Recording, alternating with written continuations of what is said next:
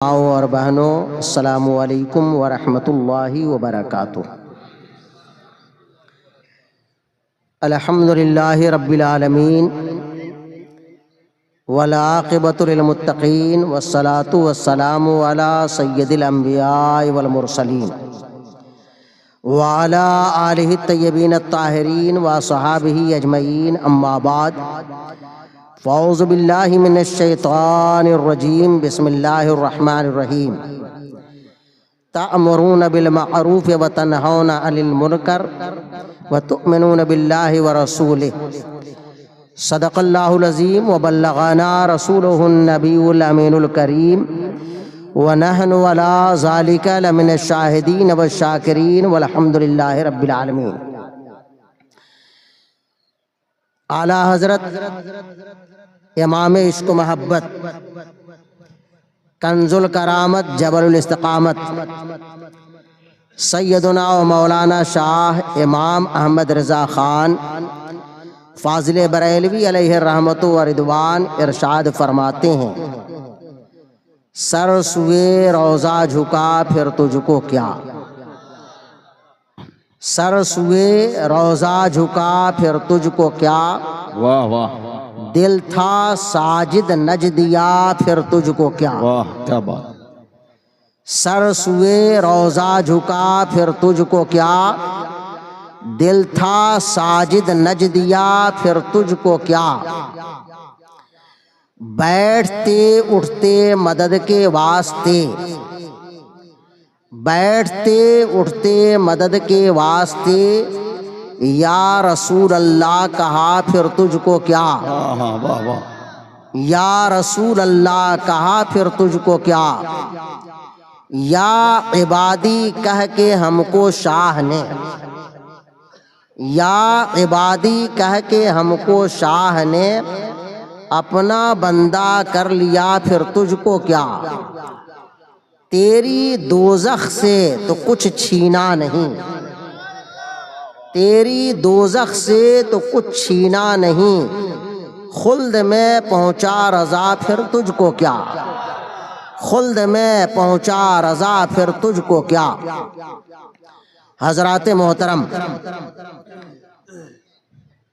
پورا اسٹیج علماء اہل سنت، ائمہ مساجد، حفاظ کرام اور دینی مدارس کے طلباء سے کھچا کھچ بھرا ہوا ہے۔ رات کے اس حصے میں عوام و خواص کا یہ ازدحام بلا شبہ ظاہر کرتا ہے کہ صاحب آستانہ حضرت بابرکت قاری غلام مصطفیٰ صاحب رحمت اللہ تعالی علیہ اللہ و رسول کی بارگاہ میں مقبول ہیں۔ ان کی دینی خدمات، ان کا اخلاص، مذہب و مسلک کے تئیں ان کے حسین جذبات اس بات کی عکاسی کر رہے ہیں کہ یہ پورا مجمع ان سے محبت کرنے والوں کا ہے۔ اللہ تعالی جب کسی بندے سے محبت فرماتا ہے تو اس کی محبت کو لوگوں کے دلوں میں ڈال دیتا ہے،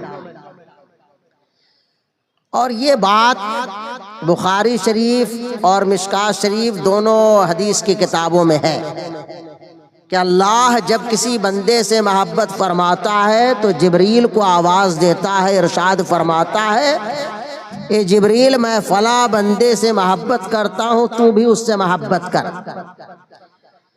اللہ محبت فرماتا ہے، جبریل محبت کرتے ہیں، پھر حضرت جبریل اہل آسمان کو آواز دیتے ہیں اور یہ خبر دیتے ہیں کہ فلاں بندے سے اللہ محبت فرماتا ہے اور اس کا جبریل محبت کرتا ہے، پھر اہل آسمان اس سے محبت فرماتے ہیں، اور پھر اللہ تعالی اہل زمین میں اس کی محبت کو لوگوں کے دلوں میں ڈال دیتا ہے، پھیلا دیتا ہے۔ اس کا نظارہ ہمیں ایک ایسے انسان کہ عرس میں شرکت کر کے دیکھنے کو مل رہا ہے کہ جو کسی بڑے خاندان سے نہیں تھا، جس کے باپ کوئی بہت بڑے پیر نہیں تھے، جو دنیا میں کسی بہت بڑے ادارے یا کسی سنستھا کا مالک نہیں تھا، بس اس کے پاس ایک چیز تھی، وہ ایمان اور مذہب و مسلک کے تئیں اس کا اخلاص اور اس کا عمل و کردار، کہ جس کی بنیاد پر ایک قاری صاحب کے احترام میں اتنے لوگ ان کے عرس کے موقع پر حاضر آئے۔ عرس کرانا بھی کوئی معمولی بات نہیں ہے، جلسے کرانے کے لیے، عرس میں بھیڑ جمع کرنے کے لیے بہت کچھ کرنا پڑتا ہے، کئی دفعہ پیسے خرچ کرنے پڑتے ہیں، پروپیگنڈا کرنا پڑتا ہے، باہر سے لوگوں کو لایا جاتا ہے کہ کسی طرح بھیڑ جمع ہو جائے، لیکن کوئی شخص جو آپ ہی کے علاقے کا رہنے والا ہو اور پوری زندگی جلسہ نہیں کر رہا تھا، پیری مریدی نہیں کر رہا تھا، ایک آدمی کو اس نے مرید نہیں کیا، چاہتا تو مرید بناتا، آج کل ہر آدمی مرید ڈھونڈ رہا ہے، لیکن وہ آدمی مرید بھی نہیں بنا رہا تھا۔ جو لوگ مرید ہونا چاہتے تھے ان کو مرید نہیں کرتا، بلکہ کہتا کہ آپ بریلی شریف سے ہو جائیے، کسی سنی سے العقیدہ پیر سے مرید ہو جائیے، وہ دوسروں سے بیعت کراتا تھا۔ اس کے باوجود لوگوں کے دل میں اتنا احترام، اتنی عقیدت، وہ نہ شیخ الحدیث، نہ قاضی شہر، نہ مفتی اعظم، نہ بڑا جامع معقول و منقول، ایک قاری صاحب کو اللہ نے یہ مقام، یہ احترام عطا فرمایا، یہ دین کی برکت ہے۔ اگر آدمی دین سے سچا لگاؤ رکھے اور اخلاص کے ساتھ دین کی خدمت کرے تو اللہ تعالیٰ اسی طرح لوگوں کے دلوں میں اس کی محبت کو ڈال دیتا ہے۔ میں دعا کرتا ہوں جماعت رضائے مصطفیٰ اور رضوی گروپ اور مدرسہ حبیبیہ جسے قاری صاحب نے قائم کیا، ان تینوں جماعتوں کے لیے اور تمام سنی تنظیم و تحریکوں کے لیے کہ جو مسلک اعلیٰ حضرت پر کاربند ہیں، کہ جنہوں نے اس طرح کے جلسے کا اہتمام کیا، اللہ رب العزت قاری صاحب کے درجات کو بلند فرمائے اور ان کی قبر پہ رحمت و انوار کی بارشیں عطا فرمائے۔ ایسے لوگ اگر چند افراد ایسے ہو جائیں جماعت میں تو میں سمجھتا ہوں کہ جماعت پھر بے یار و مددگار نہیں رہے گی، بلکہ پوری دنیا میں سنیت کا بول بالا ہوگا۔ بس شرط یہ ہے کہ ہم اخلاص نیت کے ساتھ صرف اللہ اور اس کے رسول کی رضا کے لیے اپنے مشائخ کے طریقے پہ عمل کریں، مذہب و مسلک کے سچے وفادار بن جائیں۔ یہ کام حضرت بابرکت قاری غلام مصطفیٰ صاحب علیہ رحمہ نے کر کے دکھایا۔ آج وہ ہمارے درمیان ظاہری طور پہ نہیں ہے، لیکن اس علاقے پہ صرف ان کا فیضان نہیں بلکہ سرکار مجاہد ملت کا فیضان برس رہا ہے، اور سرکار مجاہد ملت کے واسطے سے یہ اعلیٰ حضرت کا فیضان ہے، مفتی اعظم کا فیضان ہے، تاج الشریعہ کا فیضان ہے۔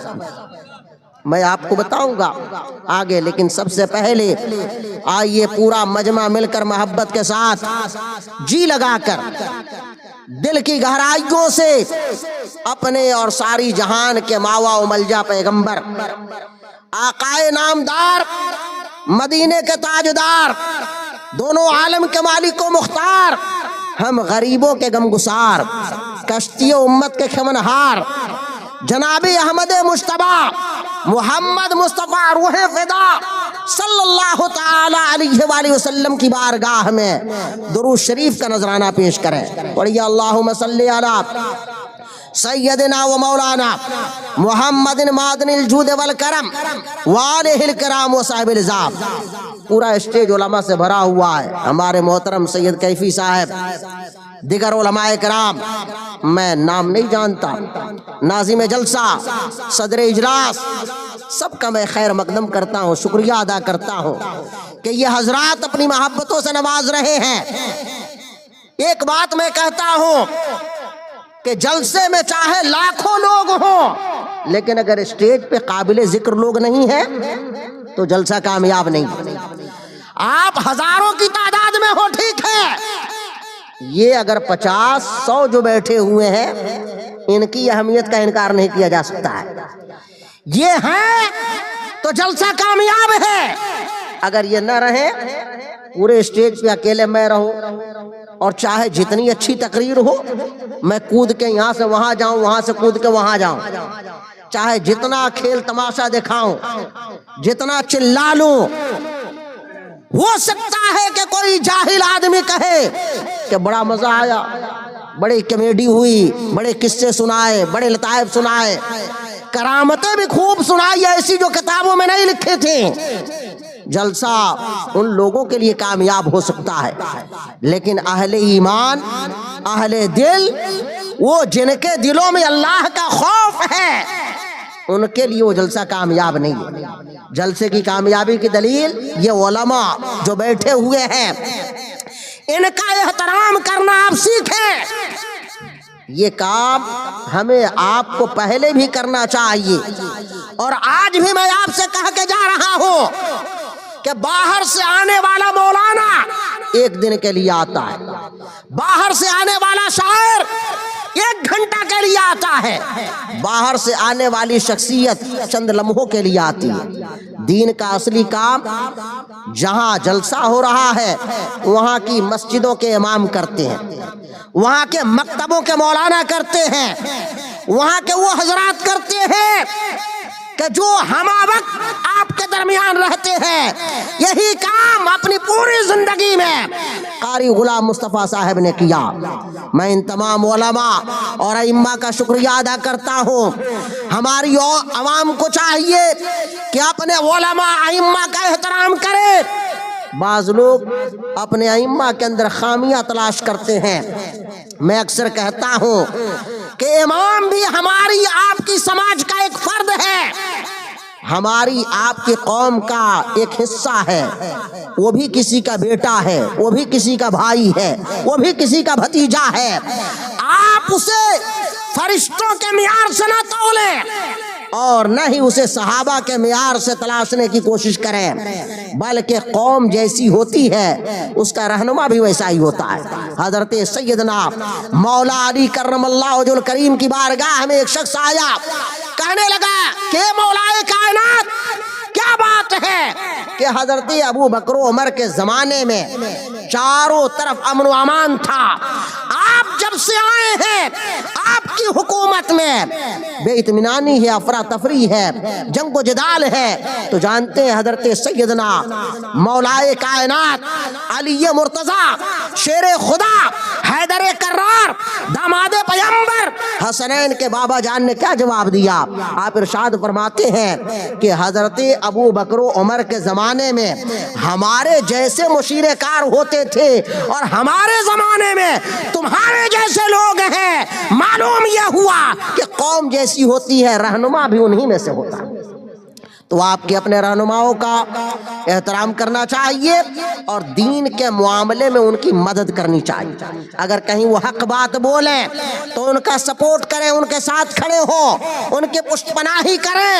اکیلے کوئی امام حالات کو نہیں بدل سکتا ہے۔ اگر آپ چاہیں گے تو امام اچھا کام کرے گا، اگر آپ نہیں چاہیں گے، جب ہر آدمی اپنی اپنی راہ چلے گا، امام کیا کر سکتا ہے؟ میں نے آپ کے سامنے جس آیت کریمہ کے تلاوت کرنے کا شرف حاصل کیا ہے وہ ایک ایسی آیت کریمہ ہے کہ جس سے متعلق بہت سی باتیں کہی جا سکتی ہیں۔ اللہ رب العزت ارشاد فرماتا ہے تأمرون بالمعروف وتنہون عن المنکر وتؤمنون باللہ ورسولہ۔ اللہ فرماتا ہے کہ تم حکم دو بھلائیوں کا، تم بھلائیوں کا حکم دو۔ اصل اس کا معنی ہے کہ تم بھلائیوں کا حکم دیتے ہو۔ تأمرون بالمعروف، تم بھلائیوں کا حکم دیتے ہو۔ وَتَنْهَوْنَ عَنِ الْمُنْكَرِ، اور برائیوں سے روکتے ہو۔ لیکن آج کے زمانے میں بھلائی کا حکم دینے والے تو مل جائیں گے اور یہ کام آسان ہے، لیکن برائی سے روکنا یہ کام بڑا مشکل ہے۔ ہر مولانا یہ نہیں کر سکتا ہے۔ اس مولانا کو لوگ پسند کرتے ہیں یا اس پیر کو لوگ پسند کرتے ہیں جو مولانا بروں کو برا نہ کہے۔ آتے ہی مولانا سے کہا جاتا ہے کہ حضرت اصلاح معاشرہ پہ تقریر کیجیے گا، اصلاح معاشرہ کیجیے گا۔ مطلب کیا ہے؟ مطلب یہ ہے کہ غلط لوگوں کو غلط نہ کہیے، بروں کو برا نہ کہیے، جو حرام کھاتے ہیں ان کو نہ کہیے، جو سود سے پیسے چلاتے ہیں ان کو نہ کہیے، جو بیاج لیتے ہیں ان کو نہ کہیے، جو تاڑی شراب پیتے ہیں ان کو کچھ نہ کہیے، بے نمازیوں کو کچھ نہ کہیے۔ میں کہتا ہوں کہ جلسہ کرانے والے اگر سدھر جائیں، جتنے جلسے ہو رہے ہیں ایک سال میں سمجھتا ہوں کہ کم و بیش لاکھوں عرس کی تقریبات ہوتی ہیں اور جلسے ہوتے ہیں، جو کمیٹی کے لوگ ہیں اگر وہی سدھر جائیں تو الگ سے کسی کو سدھارنے کی ضرورت نہیں ہے۔ اگر وہ نمازیں پڑھنے لگے، مقرر سے کہا جاتا ہے کہ حضرت نماز پہ تقریر کیجئے گا۔ بھائی نماز کیا صرف ان لوگوں کو پڑھنا ہے جو عرس کرا رہا ہے، جو لنگر کرا رہا ہے، جو جلسہ کرا رہا ہے؟ تقریر بعد میں سننا، اللہ کی نماز پہلے پڑھنا، اس لیے کہ یہ کسی پیر کا حکم نہیں ہے، خدائے وحدہ لا شریک کا۔ واہ واہ واہ، سبحان اللہ، بے شک حق ہے۔ واہ واہ واہ۔ اللہ نے ایک جگہ نہیں بار بار قرآن میں سینکڑوں جگہ سب سے زیادہ اگر کسی بات کا حکم دیا تو نماز کا حکم دیا۔ ہماری قوم کہتی ہے کہ عوام دیوبندی اس لیے ہو رہی ہے کہ وہ لوگ نماز پڑھواتے ہیں اور ہمارے مولانا لوگ نماز کی بات ہی نہیں کرتے۔ میں اکثر کہتا ہوں کہ بتاؤ کہ ہمارے نبی سے لے کر کے آج تک تقریباً 1450 سال کا زمانہ ہوا، اس زمانے میں کوئی ایسا سنی مولانا یا پیر بتاؤ کہ جس پیر نے یا مولانا نے یہ کہا ہو کہ ہمارے مریدوں یا یہ سنیوں تم نماز نہ پڑھنا۔ کسی نے نماز پڑھنے سے منع نہ کیا، یہ تقریر میں کہا یا نہیں کہا یہ الگ بات ہے، لیکن ہر آدمی جانتا ہے کیا کسی مولانا نے کہا ہے کہ آپ پان کھانا، کسی مولانا نے کہا ہے کہ آپ حقہ پینا، کسی مولانا نے کہا ہے سگریٹ پینا، کسی مولانا نے کہا ہے داڑھی مڑانا، کسی مولانا ہے کہ لنگر ضرور کھانا، کسی مولانا نے کہا ہے کہ چادر ضرور چڑھانا۔ مولانا نے نہیں کہا لیکن آپ داڑھیاں مڑا رہے ہو، مولانا نے نہیں کہا لیکن دن بھر میں آپ سینکڑوں روپیے کے پان پکار مسالے کھا رہے ہو، مولانا نے نہیں کہا لیکن آپ کھانا پابندی سے کھا رہے ہو، ناشتے کی قضا نہیں، چائے کی قضا نہیں، بچوں کی دودھ قضا نہیں، لیکن نماز کے لیے مولانا نے نہیں کہا۔ یاد رکھو دودھ پینا جتنا ضروری ہے بچے کے لیے اس سے زیادہ ضروری یہ ہے کہ ایک مسلمان جو بالغ ہے وہ نماز پڑھے۔ نماز جانتے ہیں کن لوگوں پہ معاف ہے؟ ایک تو جو کمپلیٹ پاگل ہو، جو کمپلیٹ پاگل ہو، پاگل بھی دو طرح کے ہوتے ہیں، دو طرح کے نہیں بلکہ کئی طرح کے، لیکن اس میں ایک پاگل وہ ہیں کہ جو کبھی کبھی پاگل ہوتے ہیں، کچھ وقتوں میں ٹھیک رہتے ہیں، تو ان پہ نماز معاف نہیں ہے، ان کو نماز پڑھنی ہے، ان کو نماز پڑھنی ہے۔ ان کی جو نماز پاگل پن میں قضا ہوئی، جب ان کا پاگل پن درست ہو ان نمازوں کی قضا کریں گے، ان نمازوں کو پڑھیں گے، اور نماز کسی پہ معاف نہیں۔ حد تو یہ کہ اگر امام ایک وقت کی نماز قضا کر دے اور وہ صاحب ترتیب ہے تو جب تک اس کو پڑھ نہ لے گا دوسری نماز فرض پڑھے گا تو اس کی وہ نماز نہیں ہوگی۔ تو اب بتائیے کہ جب امام ایک وقت کی چھوڑ دے تو اس کے پیچھے نماز نہیں ہو سکتی، اور جو عوام ہمیشہ چھوڑ رہی ہے بتائیے کہ اس کا کیا حال ہوگا؟ تو نماز آپ چھوڑتے ہیں اور الزام کے مولانا لوگ تقریر نہیں کرتے۔ معلوم ہے ہر ایک کو کہ نماز کسی مشرا جی کے لیے نہیں ہے، نماز گپتا جی کے لیے نہیں ہے، نماز جیکلن کے لیے نہیں ہے، نماز نیوٹن کے لیے نہیں ہے، نماز جن کا نام عبد القادر رکھا گیا، نماز جن کا نام عبد الرحمن رکھا گیا، نماز جن کا نام غلام مصطفیٰ ہے، نماز جن کا نام غلام معین الدین ہے، نماز ان کو پڑھنی ہے۔ اور ہر آدمی آدمی جانتا ہے کہ جس طرح بغیر آکسیجن کے کوئی انسان زندہ نہیں رہ سکتا ہے، اسی طرح کوئی ایمان والا سلامت نہیں رہ سکتا ہے جب تک کہ وہ نماز نہ پڑھے۔ واہ واہ واہ، کیا بات، سبحان اللہ سبحان اللہ۔ لنگر کا ثبوت ہم لوگ دیتے ہیں کہ خواجہ صاحب کے یہاں ہوتا ہے، سرکار نظام الدین اولیاء کے یہاں ہوتا ہے، فلاں بزرگ کے یہاں ہوتا ہے، اس لیے ہم لنگر کر رہے ہیں، ہم قل کر رہے ہیں، ہم فاتحہ کر رہے ہیں، ہم یہ کر رہے ہیں اس لیے کہ وہاں سے ہوتا ہے۔ لیکن نماز تو براہ راست ہمارے اور آپ کے آقا سید کائنات فخر موجودات احمد مصطفیٰ محمد مصطفیٰ روح فدا صلی اللہ تعالی علیہ وآلہ وسلم نے ادا فرمایا اور اپنے گھر والوں کو حکم دیا۔ آپ نے اپنی بیٹی کو بھی نہیں معاف کیا، اپنی بیویوں کو نہیں معاف کیا، جو امہات المومنین ہیں اپنے صحابہ کو معاف نہیں کیا، کسی پہ نماز معاف نہیں ہے۔ نماز صرف اس پہ معاف ہے کہ جو مکمل پاگل ہے، نماز اس پہ معاف ہے۔ جو 7 سال سے 10 سال سے کم عمر کا ہے، نماز اس پہ معاف ہے۔ یا ان عورتوں پہ نماز معاف ہے کہ جن کے ساتھ عارضہ لاحق ہوتا ہے، کہ جو ہر مہینے میں ایک عورت کو جو تکلیف ہوتی ہے اس وقت میں، یا بچے کی پیدائش کے بعد جو عارضہ ہوتا ہے، ان 2 وقتوں میں عورت کے لیے نماز معاف ہے۔ یہ 3 صورتیں ہیں جس میں نماز معاف ہے۔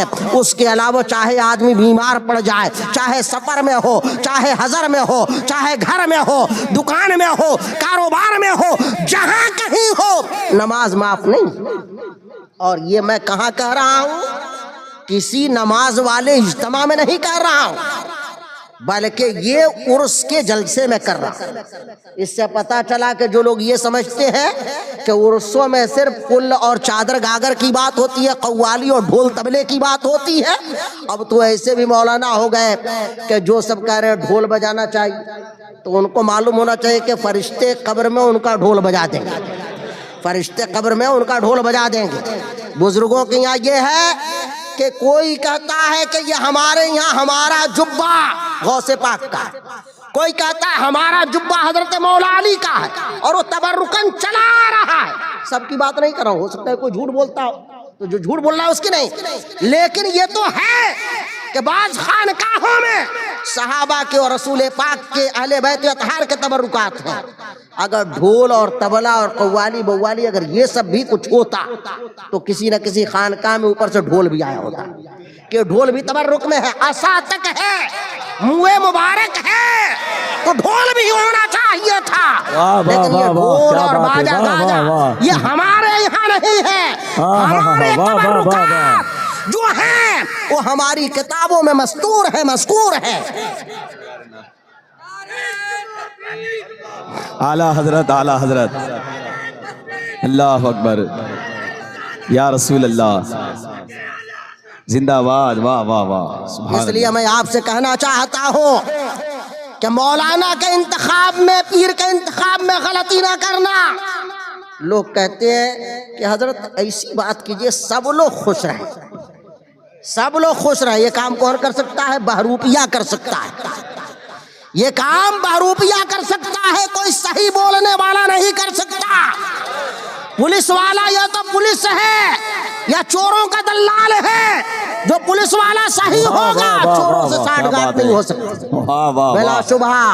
یہی حال ہے ان علماء ربانیین کا کہ جو حق بولتے ہیں، سچ کو سچ کہتے ہیں، صحیح کو صحیح کہتے ہیں، غلط کو غلط کہتے ہیں، ان سے سارے لوگ راضی نہیں ہو سکتے۔ قرآن نے اسی لیے یہ نہ کہا کہ تأمرون بالمعروف، کہ بھلائیوں کا حکم دیتے ہیں، یہ کام آسان ہے یہ کہنا کہ آپ نماز پڑھیے، روزہ رکھیے، اچھا کام کیجئے، لیکن یہ کام بڑا مشکل ہے کہ کسی برے سے کہیے کہ تم برائی چھوڑ دو، کسی بے نمازی سے کہیے کہ تم نماز نہیں پڑھتے ہو لہذا تمہاری گواہی نہیں مانی جائے گی، کسی طرح منڈے سے کہیے کہ تم نے چاند دیکھا ہے یہ صحیح ہے لیکن تمہاری گواہی شریعت میں مقبول نہیں ہے.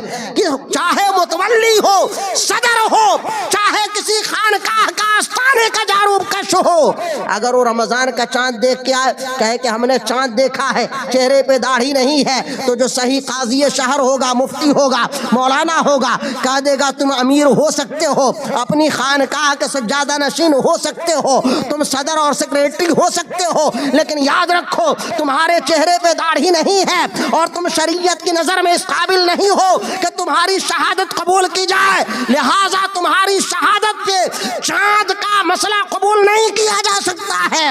تو یہ حق بولنا بڑا مشکل کام ہے. یہ کام علماء کو کرنا چاہیے اور ہماری عوام کو یہ سمجھنا چاہیے کہ جو عالم حق بول رہا ہے اس کی حمایت کرے. تو قرآن کہتا ہے تأمرون بالمعروف وتنہون عن المنکر, کہ تم بھلائیوں کا حکم دیتے ہو اور برائیوں سے روکتے ہو. یہ شان کس کی ہے؟ یہ امت محمدیہ کی شان ہے, رسول پاک کی امت کی شان ہے, اس لیے کہ اللہ نے اسے کہا ہے کنتم خیر امت اخرجت للناس تأمرون بالمعروف, کہ تم بہترین امت ہو. کیوں؟ اس لیے کہ تم بھلائی کا حکم دیتے ہو اور برائیوں سے روکتے ہو. آج ہمارے سماج میں کیسی کیسی برائیاں پھیل رہی ہیں. ایک نماز کا مسئلہ نہیں ہے بلکہ آج ہماری داڑھیاں لوگوں کو کھٹک رہی ہیں, ہماری ٹوپیاں لوگوں کو کھٹک رہی ہیں. اگر مسلمان نوجوان اپنے چہروں پہ داڑھیاں سجا کے رکھتے, اگر مسلمان اسلامی تہذیب اور ثقافت کو اختیار کرتے تو آج داڑھیاں ہمارے لیے مسئلہ نہیں بنتی. آج لوگ کہہ رہے ہیں کہ سفر کرنے میں ہمیں ڈر لگ رہا ہے. کیوں ڈر لگ رہا ہے؟ اس لیے کہ آپ نے اپنا وضاقتہ چھوڑ دیا, اپنا لباس چھوڑ دیا, اپنی تہذیب کو چھوڑ دیا, اپنے بزرگوں کے طریقے کو چھوڑ دیا, اسلام کی سنتوں کو چھوڑ دیا, پیغمبر کے طریقے کو چھوڑ دیا. جب ہم نے پیغمبر کے طریقوں کو چھوڑ دیا تو دنیا نے یہ سمجھا کہ مسلمان چاہے داڑھی والا ہو یا بے داڑھی والا ہو, اب تو بے داڑھی والوں کو زیادہ بڑا مسلمان سمجھا جا رہا ہے. داڑھی والوں کو یہ سمجھا جا رہا ہے کہ پرانے خیال, یہ قدیم الخیال لوگ ہیں. آج مسالہ کھانا تو یہ عام بات بن گئی ہے یہ چیز, اور مسالہ بھی اس طرح کہ ایسا لگتا ہے کہ اگر نہ کھائیں تو جیسے زندہ نہ رہے. اور اس میں نیک و بد سب کے سب شامل, مذہبی لوگ بھی ہیں اور غیر مذہبی لوگ بھی ہیں. لیکن یاد رکھو کہ یہ کوئی اچھا کام تو نہیں ہے. نئی نئی عمر کے لڑکے جس طرح مسالہ کھا رہے ہیں, اور اب تو بہت سی عورتوں نے بھی اس کا استعمال شروع کر دیا. اسی طرح سے ہمارے مسلم نوجوانوں میں جس طرح نشے کی لت پھیلتی جا رہی ہے, بہت سے لوگ کچھ تو چھپا کر کے اور کچھ جو ہے ایسے ہیں کہ جو ظاہر میں شراب نوشی کر رہے ہیں. آپ بتاؤ, اسلام نے جس چیز کو صریحاً حرام فرمایا, اور یہ مسئلہ کسی مولانا نے نہیں بتایا بلکہ قرآن کہتا ہے یسألونک عن الخمر والمیسر قل فیہما اسم کبیر, کہ پیغمبر لوگ آپ سے شراب اور جوا کے بارے میں سوال کرتے ہیں, آپ بتا دیجئے کہ اس میں تمہارے لیے نقصان ہے, یہ گناہ کا کام ہے. قرآن شراب پینے کو حرام کہہ رہا ہے, گناہ کا کام کہہ رہا ہے, جوئے کو حرام کا کام کہہ رہا ہے. لیکن مسلمان لاٹری کھیل رہا ہے, جوا کھیل رہا ہے, اسے حلال و حرام کی پرواہ نہیں ہے, اسے یہ پتا نہیں ہے کہ پیسہ کس طریقے بھی آ رہا ہے, کہاں سے آ رہا ہے. پیسہ آنا چاہیے, چاہے کسی بھی طرح سے آنا چاہیے. آدمی ہیلا بہانہ کر رہا ہے. یاد رکھو, جو آدمی اپنے بھائیوں کا حق مار رہا ہے, اپنی بہنوں کا حق مار رہا ہے, لوگوں کی جائیدادیں ہڑپ رہا ہے, پھر اس پیسے سے چاہے وہ کوئی جائز کام کرے یا کیسا ہی کام کرے, وہ ثواب کا مستحق نہیں ہو سکتا ہے. بلکہ اگر ثواب کی امید لگا کر کے کرے گا تو سخت گناہگار ہے. بعض دفعہ فقہا نے فرمایا کہ حرام مال سے ثواب کی نیت کرنا یہ کفر ہے, یعنی وہ آدمی اسلام ہی سے خارج ہو جاتا ہے. کہ کوئی آدمی جھوٹ بول کر کے پیسہ حاصل کرے اور اس پیسے کو مسجد میں دے یا صدقہ کرے اور یہ سمجھے کہ اس پہ ہمیں ثواب ملے گا, وہ آدمی اسلام سے خارج ہو جاتا ہے. معاذ اللہ رب العالمین. مسلمانوں, آج ضروری ہے کہ ہم اپنی مسجدوں کو آباد کریں, اپنے چہروں کو داڑھیوں سے سجائیں, نبی کی سنتوں سے آراستہ کریں, اور اپنے بچوں کو حلال کھانا کھلائیں. حلال روزی اگر آدمی کھاتا ہے تو پھر اس کا دل مردہ نہیں ہوتا ہے, بلکہ وہ زندہ دل ہوتا ہے۔ حضرت سیدنا ابو بکر صدیق رضی اللہ تعالیٰ عنہ، یہ اولیاء میں سب سے بڑا درجہ، اولیاء میں سب سے بڑا درجہ کس کا ہے؟ ہم اور آپ سمجھتے ہیں، جن اولیاء کرام کا ہم لوگ نام لیتے ہیں، ہم سمجھتے ہیں کہ وہی حضرات اولیاء اللہ ہے۔ اولیاء امت محمدیہ میں انبیاء کے بعد جو سب سے بڑا درجہ ہے وہ ابو بکر صدیق رضی اللہ تعالیٰ عنہ کا درجہ ہے۔ یہ ایسے اللہ والے ہیں، ایسے اللہ کے ولی ہیں، ایسے اللہ کے مقرب ہیں کہ ایک مرتبہ میرے آقا نے ارشاد فرمایا کہ 360 ایسی خصلتیں ہیں کہ ان میں سے ایک خصلت بھی کسی مسلمان کے اندر ہو تو جنتی۔ 360 خصلتیں ایسی کہ اس میں سے ایک بھی خصلت کسی مسلمان کے اندر ہو تو جنتی ہے۔ حضرت ابوبکر صدیق نے پوچھا یا رسول اللہ اس میں سے کوئی ایک خصلت بھی میرے اندر ہے کیا؟ تو میرے آقا سید عالم فخر دو عالم جناب محمد رسول اللہ صلی اللہ علیہ وسلم ارشاد فرماتے ہیں اے ابو بکر تمہارے اندر 360 خصلت ہے۔ ایک خصلت کی بنیاد پہ آدمی جنتی، لیکن حضرت ابو بکر کے بارے میں میرے آقا فرما رہے ہیں کہ 360 خصلتیں تمہارے اندر ہیں، 360 خصلتیں۔ ایک مرتبہ حضرت ابوبکر صدیق کو سخت بھوک اور پیاس کی شدت، کھانے کو کچھ نہیں تھا۔ اچانک آپ نے دیکھا کہ ان کے غلام کے پاس ایک کٹورا دودھ ہے، پیاس کی شدت تھی، غلام نے پیش کیا پیالہ۔ حضرت ابوبکر صدیق کو اتنی بھوک اور پیاس تھی کہ آپ نے بغیر کچھ سوچے ہوئے بسم اللہ پڑھا اور دودھ کا پیالہ نوش فرما لیا۔ جب آپ شکم سیر ہو گئے تو خیال آیا کہ ہم نے تو یہ پوچھا ہی نہیں کہ کہاں سے آیا، ہم لوگوں کو کوئی نذرانہ دے تو ہم لوگ پوچھتے ہیں کیا؟ کوئی مولانا پوچھتا ہے کیا؟ کوئی شاعر پوچھتا ہے کیا؟ نہیں پوچھتا ہے۔ امام پوچھتا ہے کیا؟ نہیں پوچھتا ہے۔ اور یہ پوچھنا ضروری بھی نہیں، یہ بتا دے کہ پوچھنا ضروری نہیں ہے، لیکن معلوم ہے کہ کوئی آدمی بیاج پہ پیسہ چلاتا ہے وہ لا کے دے رہا ہے تو اس سے پوچھنا بھی ضروری ہے، بلکہ احتیاط یہ کہ اس کا پیسہ نہ لیا جائے، اس کا پیسہ نہ لیا جائے۔ کوئی تاڑی شراب کی دکان کیا ہے، لاٹری کھیلتا ہے، اس کا پیسہ نہ لیا جائے، چاہے وہ مسجد میں دے، چاہے جلسے میں دے، چاہے لنگر میں دے، چاہے امام کو دے، چاہے شاعر کو دے، مولانا کو دے، پیر کو دے، کسی کو بھی دے، اس کا پیسہ نہ لیا جائے، اس لیے کہ ہو سکتا ہے کہ وہ پیسہ جائز ہو لیکن لوگوں کی نظر میں وہ متہم ہے، لوگ یہ سمجھیں گے مولانا صاحب تقریر تو کرتے ہیں لیکن خود انہوں نے ایک لاٹری کھیلنے والے کا نذرانہ قبول کر لیا، وہاں انہیں مسئلہ نظر نہیں آیا۔ حضرت ابو بکر کا جب پیٹ بھر گیا تو آپ نے پوچھا کہ یہ غلام یہ دودھ کہاں سے لایا تھا؟ تو انہوں نے کہا کہ حضور میں فلاں قبیلے کی میں گیا تھا اور وہاں کے لوگوں نے مجھے کہا کہ کچھ لکھنا ہے اور مجھے لکھنا آتا ہے تو میں نے ان کے لیے لکھا، تو لکھنے کے بدلے میں انہوں نے یہ دودھ دے دیا مجھے۔ تو حضرت ابوبکر صدیق رضی اللہ تعالیٰ عنہ کے لیے اتنا کافی تھا مسئلے کے اعتبار سے، لیکن انہوں نے معلوم کرایا کہ اس قبیلے کے لوگ اپنی بکریاں کہاں چراتے ہیں، ان کی بکریاں کہاں چرتی ہیں۔ ہم لوگوں کے یہاں کیا ہے، یہاں تو ہوتا ہے کہ نہیں، لیکن ہم اپنے یہاں دیکھتے ہیں کہ لوگ قربانی کے لیے ایک بکرا پال لیتے ہیں یا دو، اور پھر اس کے بعد اس بکرے کو چھوڑ دیتے ہیں اور وہ بکرا دوسروں کے یہاں کھاتا ہے، دوسروں کے یہاں وہ کھاتا رہتا ہے، دوسروں کے یہاں گندگی کرے گا، دوسروں کے یہاں کھائے گا۔ کہیے کہ بھائی ہمارا نقصان کر دیا تو وہ کیا جواب دیتے ہیں؟ کہتے ہیں قربانی کا مطلب ایسا ہے کہ ایسا لگ رہا ہے قربانی کا نہیں بلکہ چڑھاوے کا ہے کہ حرام کھائے گا تبھی چڑھے گا۔ ارے قربانی میں تو اور اتنی پابندی ہونی چاہیے کہ پانی بھی دوسرے کے نل کا نہ پیے۔ آپ کا بکرا جس کو قربانی کرنی وہ دوسروں کا کھا رہا ہے۔ حضرت ابوبکر صدیق نے پتہ لگوایا کہ اس قبیلے کی بکریاں کہاں چرتی ہیں، تو لوگوں نے کہا کہ ان کے یہاں احتیاط نہیں ہے، وہ کہیں بھی چر لیتی ہیں، اپنے کھیتوں میں بھی چرتی ہیں، بیابان میں چرتی ہیں، جنگلوں میں چرتی ہیں، تو ظاہر ہے کہ دوسروں کی بھی چر لیتی ہوں گے۔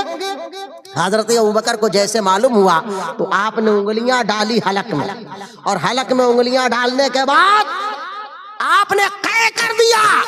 یہ خبر رسول پاک کو معلوم ہوئی، کسی نے کہا کہ یا رسول اللہ آپ کی ابو بکر نے ایسا ایسا کیا، تو میرے آقا سید عالم نور مجسم فخر آدم و بنی آدم جناب محمد رسول اللہ صلی اللہ علیہ وسلم ارشاد فرماتے ہیں کہ میرے صدیق کے معدے میں کوئی حرام غذا نہیں سکتی ہے، میرے صدیق کے معدے میں کوئی حرام غذا جگہ نہیں پا سکتی ہے۔ آپ ذرا اندازہ لگاؤ کہ حلال و حرام کا کیا مطلب ہے، لیکن کیا آج ہمارے یہاں اس کی احتیاط ہو رہی ہے؟ نہیں۔ نمازی بھی آدمی ہے تو بہت سے ایسے نمازیوں کو دیکھا گیا کہ جس نے دوسروں کا مال ہڑپ کر لیا، بڑھاپے میں اس نے عمرہ کیا، حج کیا، اب وہ مسجد میں اس نے مینار بنوا دیا، ہم نے اس کا اعلان کیا کہ فلاں حاجی صاحب زندہ باد، فلاں نمازی صاحب زندہ باد، لیکن معلوم نہیں ہے کہ اس کے پاس جو دولت کی ریل پیل ہے، جو یہ کار پہ چل رہا ہے، جس محل میں رہ رہا ہے، وہ محل اس کے حلال کی کمائی کا نہیں ہے بلکہ حرام کی آمدنی کا۔ تو حرام سے بچنا، لیکن یہ مسئلہ کسی ایک کے لیے نہیں ہے، صرف عوام کے لیے نہیں، ہم سب کے لیے ہے۔ آج جو ہماری باتوں پہ اچھی باتوں کا اثر نہیں ہوتا، ہماری تقریروں کا اثر نہیں ہوتا، ہماری نصیحتوں کا اثر نہیں ہوتا، قرآن کی تلاوت کا اثر نہیں ہوتا، حدیث مصطفیٰ سنتے ہیں اس کا اثر نہیں ہوتا، نبی کی نعت سنتے ہیں اثر نہیں ہوتا، کیا سبب ہے؟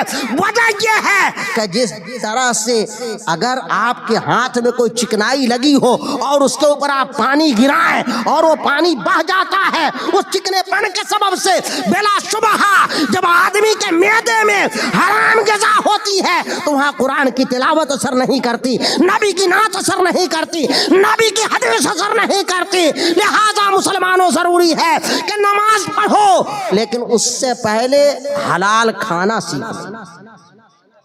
ایک تو یہ بات ہوئی۔ دوسری بات جو آج کا بہت بڑا مسئلہ ہے اور ہمیں آپ کو سب کو اس پہ غور کرنے کی ضرورت ہے، اور یہ تقریروں میں کہی جانے والی بات نہیں ہے، لیکن مجبوری ہے کہ کہا بھی کیسے جائے۔ یہ باتیں اکیلے اکیلے کہنے کی ہیں اور سمجھنے کی ہیں، زیادہ سمجھنے کی ہیں، ہر ماں باپ کو سمجھنے کی ہیں۔ لوگ کہتے ہیں کہ معاشرہ بگڑ گیا۔ معاشرہ کدھر ہے بھائی؟ زمین سے نکلتا ہے معاشرہ یا آسمان سے نازل ہوتا ہے معاشرہ؟ معاشرے کا مطلب یہ ہے کہ ہم معاشرہ ہیں، ہمارا بیٹا معاشرہ ہے، ہماری بیوی معاشرہ ہے، ہماری بیٹی معاشرہ ہے، ہمارے ماں باپ معاشرہ ہے۔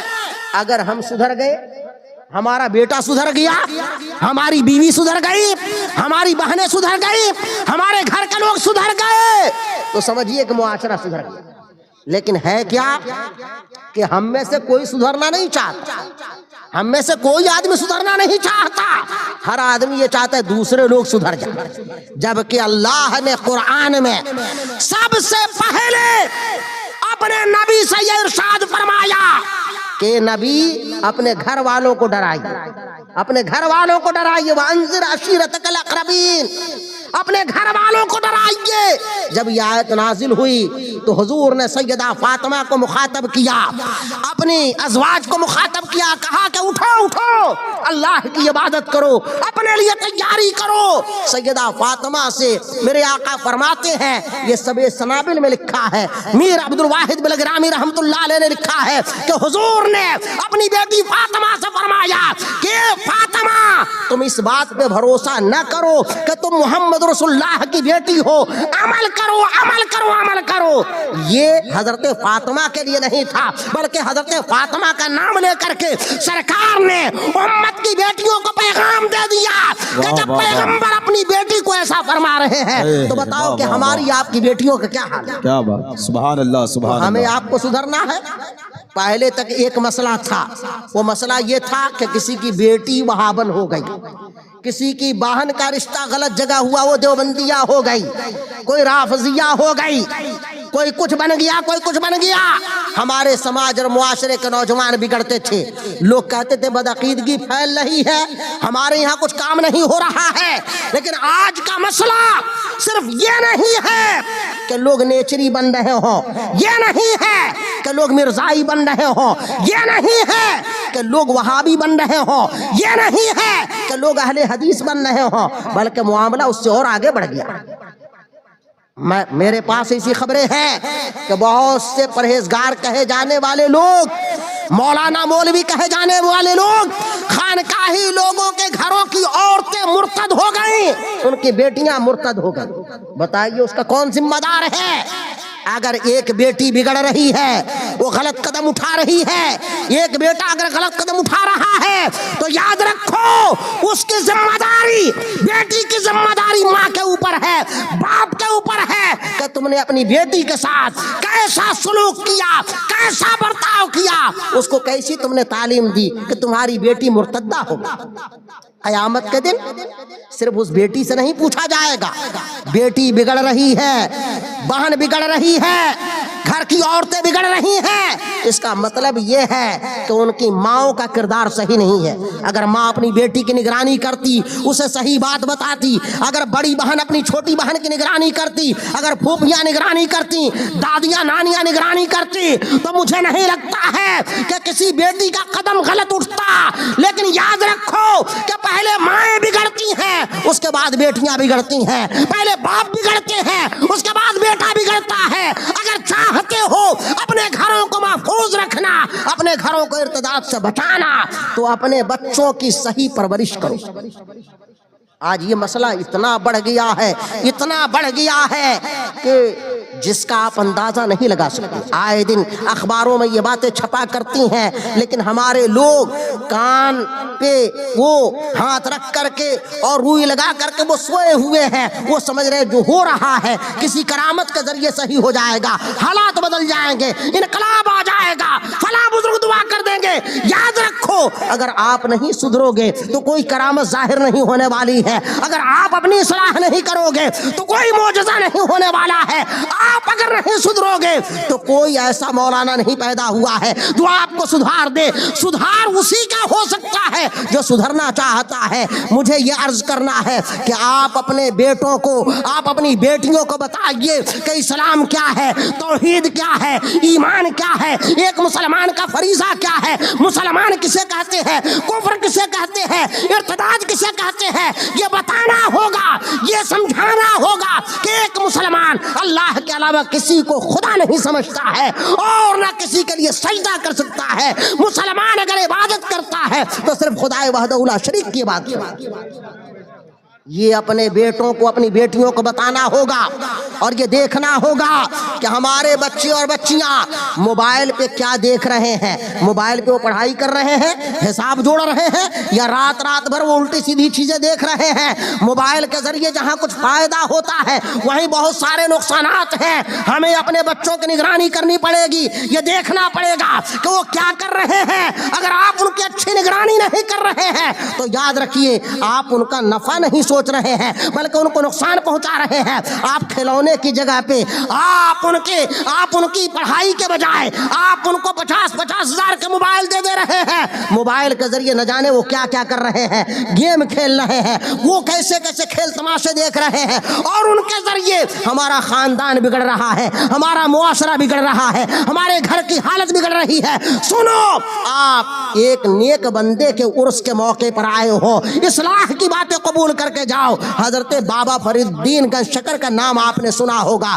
جانتے ہیں جب یہ پیدا ہوئے ہیں، جب تھوڑے سے یہ بڑے ہوئے، ان کی والدہ کا معمول تھا کہ آپ نماز کی پابند تھیں۔ آپ جب نماز پڑھنے کے لیے جاتی تھیں تو اپنے بچے حضرت فرید الدین سے کہتی تھی کہ بیٹا وضو بنا لو۔ جس طرح سے آپ وضو فرماتی تھیں آپ اپنے بیٹے کو تعلیم دیتی۔ حضرت بابا فرید بھی وضو کرتے ان کی طرح، ماں کو دیکھ کر کے ماں اپنا مصلی بچھاتی اور بغل میں اپنے بیٹے کے لیے مصلی بچھا دیتی تھی۔ جس طرح سے آپ نماز پڑھتی حضرت بابا فرید الدین بھی نماز پڑھتے۔ ایک دن بابا فرید نے پوچھا کہ اماں نماز پڑھنے سے کیا ملتا ہے؟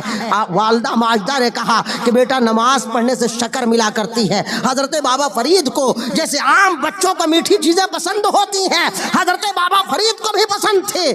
آپ نے روزانہ یہ معمول شروع کیا کہ تھوڑی سی شکر لیتی اور اس کا پڑیا بنا کر کے آپ کے مصلی کے نیچے چپکے سے رکھ دیا کرتی تھی۔ حضرت بابا فرید نماز پڑھتے، سلام پھیرنے کے بعد جب آپ مصلی اٹھاتے تو شکر کی پڑیا مل جاتی۔ آپ خوش ہو جاتے کہ نماز پڑھا اور نماز پڑھنے کے عوض میں ہمیں شکر مل گئی۔ آپ اس سے خوش رہا کرتے، نماز پڑھا کرتے۔ ایک دن ایسا ہوتا ہے کہ حضرت بابا فرید جب تھوڑے بڑے ہو گئے تھے، بچوں کے ساتھ کھیل کھیل میں آپ جنگلوں میں چلے گئے، اب ماں کی حالت یہاں خراب ہے، ہے. ماں سوچ رہی ہے کہ بیٹے کو نماز کی عادت پڑ چکی ہے, وہ جہاں کہیں بھی ہوگا وہ نماز کے لیے جائے گا.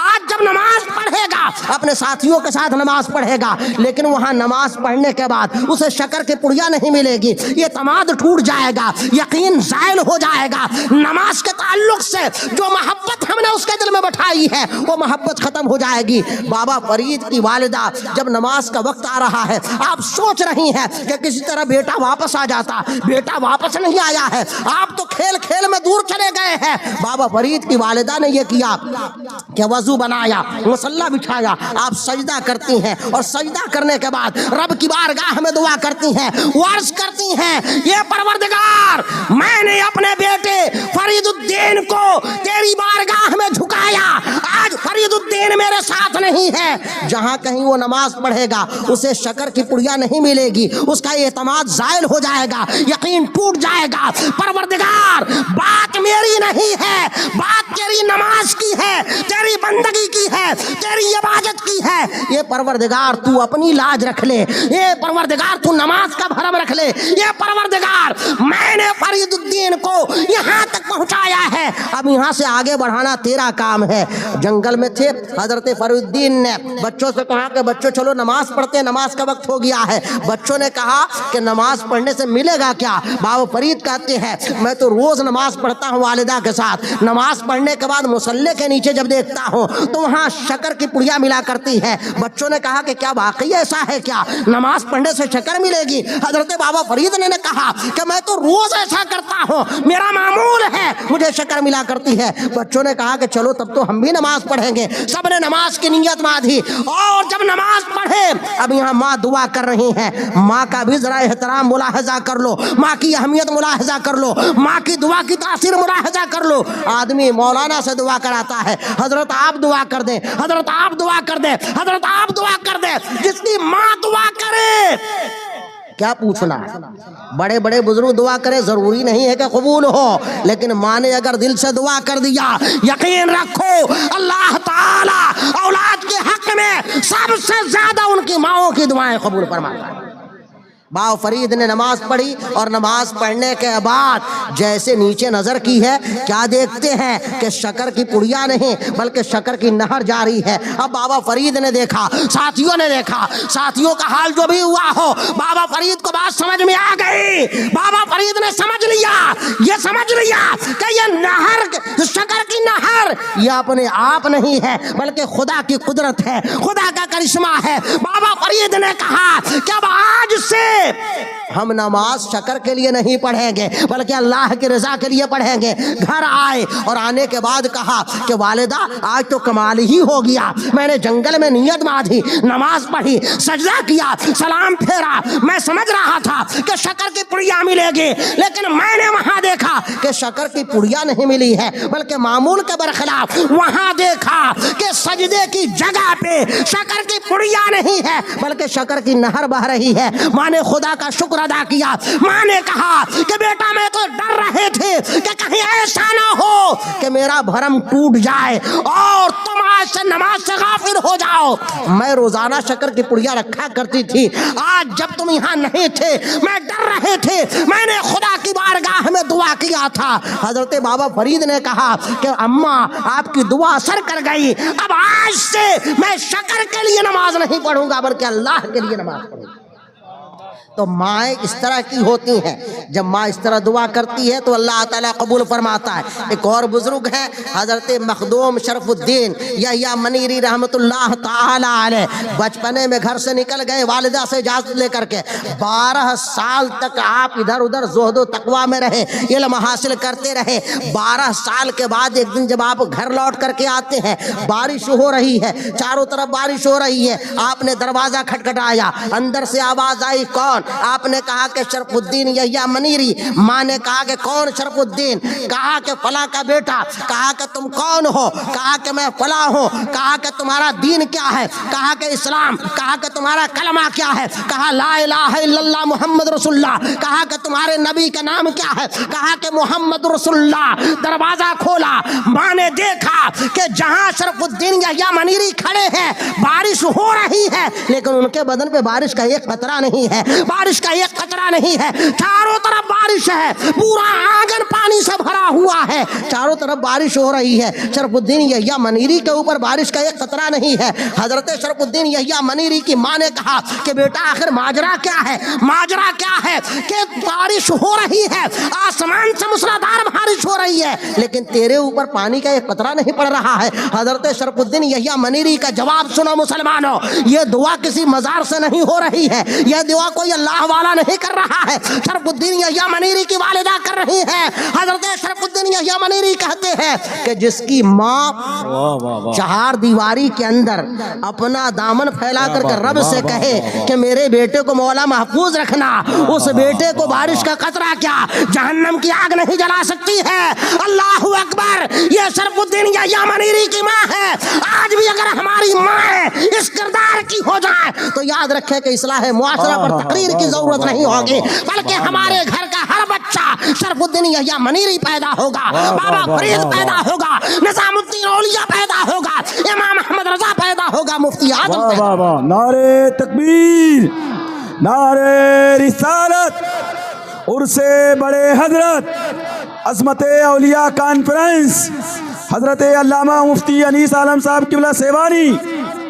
سبحان اللہ, سبحان اللہ. بڑے حضرت کا عرس ہے, بڑے حضرت کے عرس کے موقع پر یہ پیغام آپ کو دیا جا رہا ہے, نماز کا پیغام دیا جا رہا ہے, منشیات سے آپ کو روکا جا رہا ہے, تاڑی شراب جوا سے آپ کو منع کیا جا رہا ہے. اس پیغام کو لے کر کے جانا چاہیے. بہت سے لوگ آتے ہیں عرس میں, عرس کم و میلہ زیادہ سمجھتے ہیں. کچھ تو بچوں کو گھمانے کے لیے آتے ہیں, کچھ بیویوں کو ٹہلانے کے لیے آتے ہیں, کچھ کھلونے خریدنے کے لیے آتے ہیں, عورتیں آتی ہیں جھمکا خریدنے کے لیے, کوئی جلیبی خریدنے کے لیے آتا ہے, کوئی لنگر کھانے کے لیے آتا ہے, کوئی لنگر کے لیے آتا ہے. لیکن یاد رکھو کہ آپ بڑے حضرت کے عرس میں آئے ہو, یہ کسی آرٹیفیشیل پیر کا عرس نہیں ہے, بلکہ اس پیر کا عرس ہے, اس مولانا کا عرس ہے, اس حضرت کا عرس ہے کہ جس نے پوری زندگی مصلی امامت کو سنبھالا ہے, خود نماز پڑھی ہے, آپ کو نماز پڑھوائی. بابا سبحان اللہ. یہاں سے پیغام لے کر کے جاؤ, نماز کا پیغام لے کر کے جاؤ, حلال رزق کا پیغام لے کر کے جاؤ, یہاں سے پیغام لے کر کے جاؤ کیا سے حرام نہیں کھائیں گے, داڑیاں نہیں مڈائیں گے, اپنی بیویوں کو بے پردہ نہیں گھمائیں گے, اپنی بیٹیوں کو غلط راستے پہ نہیں جانے دیں گے, اپنے بچوں کی صحیح نگرانی کریں گے. یہ تو ایک پیغام ہے. یہ پیغام تو ہمارے بہت سے لوگوں کو اچھا لگتا ہے, لیکن جو پیغام اچھا نہیں لگتا وہ جانتے ہیں کیا ہے, کہ اگر کہہ دیجئے کہ بھائی دیوبندی سے میل جول نہ رکھنا, لوگ کہتے لیجئے آگے سنی بریلوی مولانا اسی ڈھرے پہ آگے, یہ لوگ اس کے علاوہ ان کو کچھ ملتا ہی نہیں ہے, سنی دیوبندی سے آگے بڑھے ہی نہیں آج تک. اتحاد نہیں ہوگا تو کام کہاں ہوگا. ایک سیاسی جلسے میں گیا, اس میں ایک پرانے پردھان منتری بھی آئے ہوئے تھے, وی پی سنگھ. وہاں ایک بامبے کا کالم نویس پہنچا تھا, اس نے دیکھا ہماری بڑی ٹوپی اور جبہ تو سمجھ لیا کہ بریلوی مولانا اس میں کہاں آگے. چونکہ ان موقعوں پہ اکثر وہابی ہوتے ہیں, دیوبندی ہوتے ہیں, دوسرے لوگ ہوتے ہیں, دیکھ کے اس کے کان کھڑے ہو گئے. اس نے فوراً اتحاد کی تقریر شروع کی. مجھ سے پہلے اس کی تقریر تھی. اس نے کہا کہ مولانا لوگ متحد نہیں ہوتے, اس لیے جو ہے ساری گڑبڑی ہے. ہندوستان میں جو مسلمان پریشان ہیں مولانا لوگوں کے وہ متحد نہ ہونے کی وجہ سے, یہ لوگ ہمیشہ جھگڑے فساد کی بات کرتے ہیں. جب میری تقریر کی باری آئی تو میں نے کہا کہ یہ بتاؤ کہ کس فرقے کے مولانا نے یہ کہا ہے کہ مسلمانوں کے محلے میں اسکول نہیں کھلنا چاہیے, کس فرقے کے مولانا نے کہا ہے کہ لاٹری کھیلنا چاہیے, کس فرقے کے مولانا نے کہا ہے کہ شرابوں کا ٹھیکہ مسلمانوں کو لینا چاہیے, کس فرقے کے مولانا نے کہا ہے کہ فلاں کوٹ دینا چاہیے, فلاں کوٹ نہیں دینا چاہیے. ارے ہمارا جھگڑا مسجدوں میں ہے, ہمارا جھگڑا مدرسوں میں ہے, ہمارا جھگڑا خانقاہوں میں ہے. کہ ہم دیکھتے ہیں کہ پیر صاحب نماز نہیں پڑھتا ہے تو ہم کہتے ہیں اس پیر سے مرید نہ ہونا, ہم کہتے ہیں اس پیر سے مرید نہ ہونا. ہم دیکھتے ہیں کہ مجاور درمنڈا ہے, ہم کہتے ہیں اس کو نذرانہ نہ دینا. ہم دیکھتے ہیں کہ بلا وجہ کے لوگ چادریں چڑھا رہے ہیں, ہم کہتے ہیں کہ چادریں اس طرح سے نہ چڑھانا, اس لیے کہ پیسہ ضائع کر رہے ہو, اپنے بھائی کا حق مار کر, اپنی بہن کا حق نہ دے کر کے تم چادر چڑھا رہے ہو, اس سے کوئی فائدہ نہیں ہوتا ہے. دیوبند کا مدرسہ الگ, دیوبندیوں کے مسجدیں الگ, اہل حدیثوں کا مدرسہ الگ, اہل حدیثوں کے مسجدیں الگ, شیعوں کا مدرسہ الگ, ان کی مسجدیں اور ایمان بگاڑے الگ. ہم سنیوں کا مدرسہ الگ، ہماری مسجد الگ. ہم یہ کہتے ہیں کہ جب انہوں نے اپنی مسجد الگ بنا لی، ہماری مسجد الگ، تو ہماری مسجد میں کیوں آئے؟ ہم یہ کہتے ہیں، یہ کہتے ہیں. لوگ کہتے ہیں اتحاد کر لیجیے. اتحاد کدھر بھائی؟ اتحاد کر لیں. کیا دودھ کو دال میں کوئی ملا کے پیتا ہے کیا؟ کسی بیوقوف کو دیکھا ہے کہ دودھ کو دال میں ملا کے پیتا ہو؟ ایک آدمی گدھا پالے ہو، بکری بھی پالے ہو، تو کیا آپ کہتے ہیں گدھے اور بکری کو ایک ہی رسی میں باندھ دو تاکہ اتحاد ہو جائے؟ ارے اتحاد ہوگا کہ صبح تک بکری اماں کا جنازہ اٹھ جائے گا. کیا کبھی دیکھا کہ ہاتھی اور گدھا ایک ساتھ رہتے ہو؟ کبھی دیکھا کہ کوئی کسان دھان اور گیہوں ایک ساتھ ملا کے رکھتے ہو؟ جب دھان اور گیہوں ایک ساتھ مل کر کے نہیں رہ سکتا، دال اور دودھ کو ایک ساتھ ملا کر کے نہیں پکایا جا سکتا، بریانی اور کھچڑی ایک ساتھ نہیں بنتی ہے، جب دہی اور دودھ ایک ساتھ نہیں، بکری اور مرغی ایک ساتھ نہیں، شیر اور بھالو ایک ساتھ نہیں، سانپ اور انسان ایک ساتھ نہیں، کیا کوئی کہے گا کہ اللہ کی مخلوق سانپ ہے؟ سانپ کو کس نے پیدا کیا؟ اللہ نے پیدا کیا ہے نا. اللہ نے پیدا کیا ہے. اور حکومتوں کی نگرانی ہے کہ سانپ کو آپ نہیں مار سکتے اس طرح سے. اور اسلامی کے اعتبار سے بھی اگر کسی گھر میں سانپ نکل جائے تو یہ ہے کہ فوراً ہی مار نہ دو، بلکہ کہو کہ یہ میرا گھر ہے، تم اس گھر سے نکل جاؤ، اس گھر سے تم نکل جاؤ اور انتظار کرو. اگر وہ چلا جائے تو ٹھیک، اور اگر نہ جائے تب مارنا ہے. اور بڑے والے جو سانپ ہیں وہ گورنمنٹ کی نگرانی میں ہے، کہیں مل جاتے تو گورنمنٹ کو جنگلوں میں لے جا کر کے چھوڑتی ہے. تو آپ سوچئے کہ جس سانپ کی نگرانی گورنمنٹ کر رہی ہے، ان سانپوں کو بھی اللہ نے پیدا کیا ہے. لیکن کوئی گورنمنٹ یا کوئی انسان یا کوئی سماج سیوی اتنا بے وقوف نہیں ہے کہ سانپ کو اپنے پلنگ پہ لٹا لے، یا اپنی بیٹی کے ساتھ سانپ کو بھی لے جا کر کے اسکول میں نام لکھوا دے کہ ٹیچر صاحب اس سانپ کے بچے کو بھی پڑھائیے گا اور میرے بچے کو بھی پڑھائیے گا. یہ بھی اللہ کی مخلوق، ہم بھی اللہ کی مخلوق. یاد رکھو سانپ سے زیادہ اتنا نقصان ہے کہ سانپ کسی کو کاٹ لے گا تو انسان مر سکتا ہے، لیکن یاد رکھو کہ سانپ کے کاٹنے سے جان جا سکتی ہے، ایمان نہیں جائے گا. لیکن وہابی کے ساتھ نماز پڑھنے سے ایمان چلا جائے گا، عقیدہ برباد.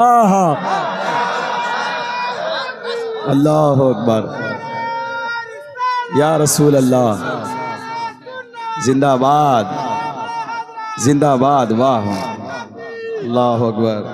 یہ پیغام ہمارا نہیں ہے، اور یہ پیغام حضور قائد ملت قاضی قضات فی الہند علامہ صاحب مفتی اسد رضا کا نہیں ہے. یہ پیغام اعلیٰ حضرت نے دیا، اور اعلیٰ حضرت سے پہلے کے بزرگوں نے دیا. اعلیٰ حضرت نے فرمایا داڑھیوں پہ نہ جانا، ان کی نمازوں پہ نہ جانا، ان کے پگڑ پہ نہ جانا، ان کے اونچے پاجامے پہ نہ جانا، ان کے بے تکے کرتے پہ نہ جانا، بلکہ اعلیٰ حضرت نے تنبیہ کیا اور بتایا، کہا کہ سونا جنگل، رات اندھیری، چھائی بدلی کالی ہے، سونے والوں جاگتے رہیو، چوروں کی رکھوالی ہے، آنکھ سے کاجل صاف چرا لے، یا وہ چور بڑا کے ہے، تیری گٹھری تاکی ہے اور تو نے نیند نکالی. نعرے تکبیر، نعرے رسالت، مسلک اعلیٰ حضرت، عظمت اولیاء کانفرنس.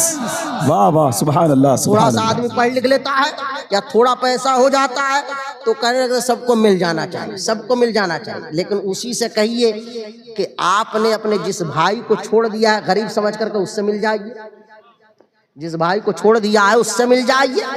کتنوں کی بہنیں ناراض ہیں، کتنوں کے بوڑھے ماں باپ ناراض ہیں، کتنوں کے سسرال والے ناراض ہیں، کتنوں کے مسجدوں کے امام ناراض ہیں. اپنی مسجد کے امام کی برائی کرتا ہے اور کہتا ہے کہ آپ مل جائیے دیوبندیوں سے. مسجد کے امام نے اگر ان کی بات نہ مانی تو مسجد کے امام سے جھگڑا، اور نادان کہہ رہا ہے کہ امام صاحب آپ مل جائیے دیوبندیوں سے، آپ مل جائیے وہابیوں سے، آپ مل جائیے فلاں سے. یہ اہل سنت کا پیغام نہیں، بڑے حضرت کا پیغام نہیں، یہ بزرگان مارہرہ کا پیغام نہیں، بزرگان بلگرام کا پیغام نہیں، اور نہ یہ سادات کرام کا پیغام، نہ یہ مولا علی کا پیغام، نہ یہ اعلیٰ حضرت کا پیغام. اعلیٰ حضرت نے ڈنکے کی چوٹ پر کہا تو اس سے اور جنت سے کیا مطلب، وہابی دور ہو، ہم رسول اللہ کے، جنت رسول اللہ کی، ہمارا ان سے کوئی. زندہ باد. تاج الشریعہ تاج الشریعہ. بازے تو واہ واہ واہ. نکلتے ہیں داماد ڈھونڈنے کے لیے تو برادری ڈھونڈتے ہیں کہ ہماری برادری کیا، ہم چودھری ہیں، خان ہیں، فلاں ہیں، سید ہیں، یہ ہیں وہ ہیں، لہٰذا ہماری برادری میں ہونا چاہیے. کچھ اس سے آگے بڑھ جاتے ہیں، وہ کہتے ہیں کہ ہماری بیٹی نے میڈیکل کیا اس لیے لڑکا میڈیکل چاہیے. اب لڑکا سنیوں میں میڈیکل نہیں ملا تو انہوں نے کہا کہ ارے کہیں کا بھی وہ میڈیکل لیکن ہونا چاہیے، نہیں ڈاکٹر ہونا چاہیے. برادری چھوٹ جائے چلے، دین چھوٹ جائے چلے گا، لیکن ان کو کیا ہے کہ میڈیکو لڑکی تو میڈیکو لڑکا. کچھ دنوں کے بعد کہیں میڈک نہ ڈھونڈنے لگے، میڈیکل نہ ملتے تو ان کو مکان میں برابری، کاروبار میں برابری، حسن و جمال میں برابری، شہرت میں برابری، تعلیم میں برابری. لیکن یاد رکھو اسلام نے ان برابریوں کو کبھی توجہ کی نظر سے نہ دیکھا. اسلام کہتا ہے، میرے آقا ارشاد فرماتے ہیں، تنکح المرأة لأربع لحسن مالها ولحسبها ولجمالها ولدینها فاظفر بذات الدین. کسی عورت سے نکاح اس لیے کیا جاتا ہے کہ وہ مال والی ہے، کسی عورت سے اس لیے نکاح کیا جاتا ہے کہ اس کا خاندان اچھا ہے، کسی عورت سے اس لیے نکاح کیا جاتا ہے کہ وہ حسن و جمال والی ہے، اور کسی عورت سے اس لیے نکاح کیا جاتا ہے کہ وہ دیندار. تو آقا فرما رہے ہیں فاظفر بذات الدین، تم دین والی کو اختیار کرو. حضور نے فرمایا کہ جو کوئی کسی کے ماں باپ کی عزت دیکھ کے رشتہ کر رہا ہے کہ چودھری صاحب ہیں، پردھان جی ہیں، سباسد ہیں، کونسل کے ممبر ہیں، ان کی بیٹی سے رشتہ ہوگا تو ہم کالر اونچی کر کے چلیں گے کہ ہمارے سسر وہ ہیں، ہمارے سسر وہ ہیں. وہ بھی کہے گا ہمارا داماد وہ ہے، M P M L A. حضور نے فرمایا کہ ایسا شخص قیامت کے دن ذلیل کر کے اٹھایا جائے گا. قیامت کے دن وہ جو سسرال سے عزت چاہ رہا ہے اللہ اسے ذلیل کر کے اٹھائے گا. اور جس نے یہ دیکھا کہ سسر کے پاس بہت پیسہ ہے، ہو سکتا ہے کوئی فلیٹ ولیٹ دے دے، کاروبار کرا دے، یہ سمجھ کے کیا تو قیامت کے دن وہ تنگ دست اور فقیر بنا کر کے اٹھایا گیا. اور جس نے دینداری دیکھی کہ لڑکی اور لڑکی کے گھر والے دیندار ہیں تو یاد رکھو اللہ تعالیٰ اسے دنیا و آخرت میں مالدار اور غنی کر دے گا. آپ ذرا اندازہ لگاؤ، حضرت سیدنا امیر المومنین عمر بن خطاب کا زمانہ ہے، اپنے غلام کے ساتھ آپ مدینے میں رات میں گردش کر رہے ہیں کہ کہیں ایسا تو نہیں کہ کوئی آدمی بھوکا سو گیا ہو. ایک گھر سے آپ کا گزر ہوا، آواز آئی دو عورتوں کے باتیں کرنے کی. آپ نے کان لگایا، کان لگا کر کے سنا تو آواز آئی، ایک عورت کہہ رہی ہے کہ بیٹی دودھ میں پانی ملا دو، دودھ میں پانی ملا دو. بیٹی نے کہا کہ امی عمر ابن خطاب نے منع کیا ہے دودھ میں پانی ملانے سے. تو ماں نے کہا کہ بیٹی عمر ابن خطاب دارالخلافہ میں ہوں گے، ان کو کیا خبر ہے پانی تم رات کے اندھیرے میں گھر کے اندر ملا رہی ہو. تو بیٹی نے کہا کہ ماں عمر ابن خطاب تو گھر کے اپنے دارالخلافہ میں ہوں گے، لیکن اللہ تو دیکھ رہا ہے، عمر نہیں دیکھ رہے، اللہ دیکھ رہا ہے. اللہ کو معلوم ہے کہ تم دودھ میں پانی ملوا رہی ہو. حضرت عمر نے رضی اللہ تعالیٰ وارضاہ عنہ، یہ وہ عمر ہے کہ سرکار فرماتے ہیں میرا عمر جس راستے سے چلتا ہے اس راستے پہ شیطان نہیں چلتا، اس راستے پہ شیطان نہیں چلتا. یہ عمر ہے. آپ فرماتے ہیں کہ غلام اس پہ نشان لگا، گھر پہ نشان لگا دیا. اور دوسرے دن ایک آدمی کو بھیجا، کہا کہ جاؤ فلاں گھر پہ نشان لگا ہے، وہاں اس عورت سے کہنا کہ عمر ابن خطاب نے تیری بیٹی سے اپنے بیٹے کے رشتے کا پیغام بھیجا. آپ ذرا اندازہ لگاؤ مسلمانوں، آج کے زمانے میں کوئی پڑھا لکھا دیندار آدمی بھی یہ نہیں کرتا ہے، وہ بھی سوچتا ہے کہ مالدار کوئی ملے تاکہ پیسہ وغیرہ کچھ حاصل ہو. لیکن عمر ابن خطاب فرماتے ہیں کہ جاؤ کہنا اس عورت سے کہ تیری بیٹی کے لیے پیغام عمر ابن خطاب خلیفۃ المسلمین نے بھیجا ہے. جب وہ آدمی آیا اس عورت سے کہا تو اس نے انکار کر دیا، کہا کہ نہیں ہمارے یہاں تو کوئی بیٹی ہی نہیں ہے. کہا کہ نہیں، امیر المومنین نے غلط نہیں کہا ہے، ان کو صحیح خبر ہے۔ اس عورت نے ڈر کے مارے کہا کہ معلوم نہیں کیا بات ہے۔ اس نے کہا کہ کون جائے سیاسی لوگوں کے چکر میں پڑنے، وہ کہاں خلیفۃ المسلمین، ہمیں غریب عورت، ہمارا ان کا کیا معاملہ۔ عورت نے انکار کیا۔ بہرحال وہ جو پیغامبر آیا تھا اس نے کہا کہ نہیں، حضرت عمر کو صحیح خبر ہے، تم جھوٹ بول رہی ہو، صحیح بولو۔ اس نے کہا کہ بات تو صحیح ہے کہ میرے گھر میں بیٹی ہے، لیکن ہمارا اور عمر ابن خطاب کا کیا مقابلہ۔ عمر ابن خطاب امیر المومنین، میں ایک نادار غریب عورت ہوں، دودھ بیچ کر کے اپنا گھر چلاتی ہوں۔ اس نے کہا کہ عمر ابن خطاب کو تمہاری یہی ادا پسند آ گئی۔